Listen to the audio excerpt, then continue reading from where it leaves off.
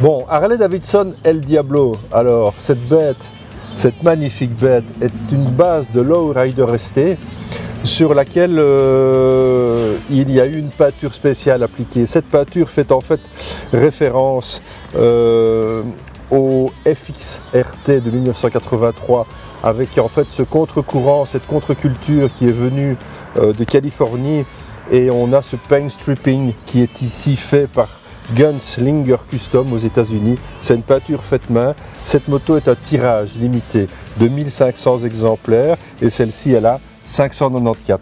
Alors rien ne change pratiquement par rapport au comportement de la Lowrider ST. Ça reste une moto agile, ça fait un peu partie des motos sportives de chez Harley-Davidson.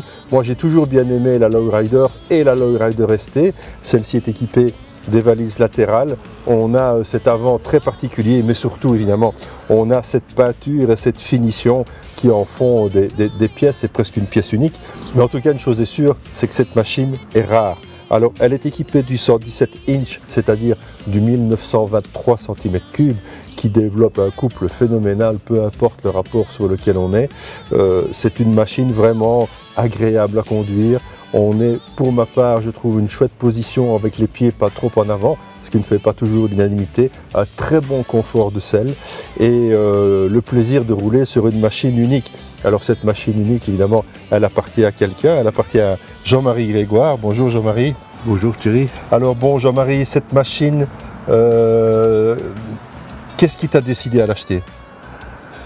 Je suis passé une fois à la concession, il y avait une porte ouverte, il y en avait une qui était exposée et j'ai eu le coup de foudre pour cette moto. Coup de foudre, il n'y a rien de plus beau qu'un coup de foudre. Oui, rien de plus beau. Alors, bon, tu es l'heureux évidemment propriétaire d'une telle machine, avec aussi peu d'exemplaires fabriqués dans le monde et aussi peu d'exemplaires disponibles en Belgique, on peut dire quand même que tu as fait un investissement avec cette moto. Oui, c'est surtout pour l'investissement parce que plus il y a eu peu de motos, avec des motos numérotées, ça ne perd certainement pas de sa valeur. Non, au contraire, tout à fait. Alors bon, cette moto est en fait une moto qui est sortie en 2022.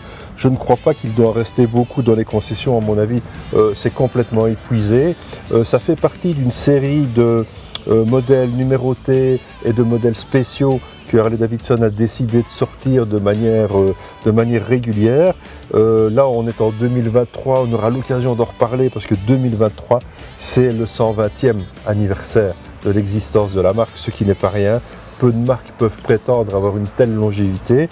Jean-Marie, moi je te propose que tu me laisses les clés de cette machine et que je puisse aller me régaler encore un peu à son guidon.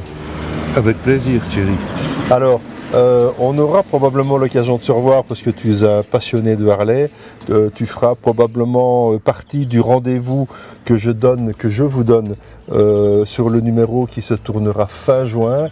Fin juin, nous aurons une émission spéciale Harley et cette émission spéciale Harley, évidemment, mettra à l'honneur cet anniversaire, ce 120e anniversaire, mais aussi une gamme particulière qui a été éditée pour le 120e anniversaire avec aussi une décoration spéciale sur les modèles de la gamme. On se retrouve très bientôt.